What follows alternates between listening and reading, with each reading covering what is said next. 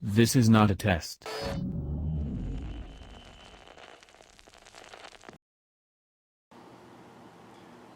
This video is on our water system, exactly how we use our water as a team. And originally it turned out to be 13-14 minutes long, which is way too long. So here we go. I'm going to try to just cut it up and make sense of it for you. This is our rain catchment system on it. So we come out here, and this part of the video is going to be for how we get dishwashing water. So we take water out, about 3 to 5 gallons out of the rainwater catchment, bring it into the kitchen, run it through a bucket that has a paint strainer on it to be able to catch any chunkies that all the other filter systems missed.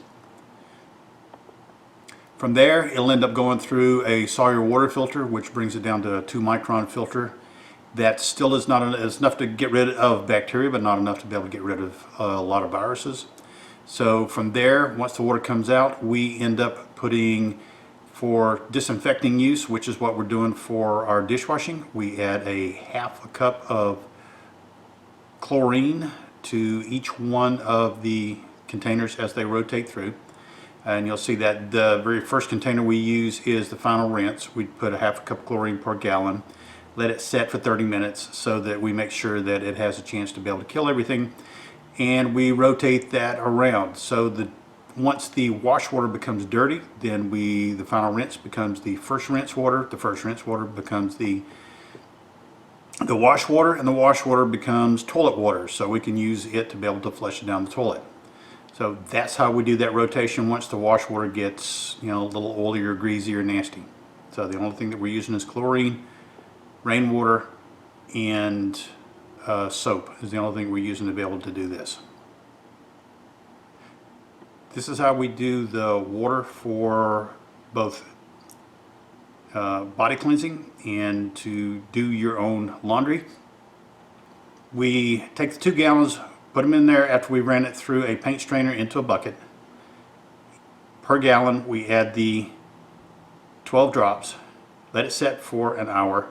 Then we use it to be able, the first one would be to wet yourself down, wash yourself down, and do a little bit of rinsing. And inside the tub, at the bottom of the tub, you're going to have your clothes there. And once you're done washing yourself, before you rinse yourself, you'll end up using the soapy water that's at your feet in the tub to be able to wash your clothes out. And rinse yourself and rinse your clothes out and wring them out. All the water that is in the tub is corked. It doesn't go down the drain. It is also picked up using a gallon container and moved over into the toilet flushing bucket, which will be in the bathroom. Final thing we have is our drinking water and cooking water. We have over 900 gallons that are down in the basement, so don't have to worry about light contamination harming those white containers that they're in. And not a lot we have to do to those because they are city water originally, and I added chlorine to those as we put them away to be able to make sure that there's a little extra oomph in there.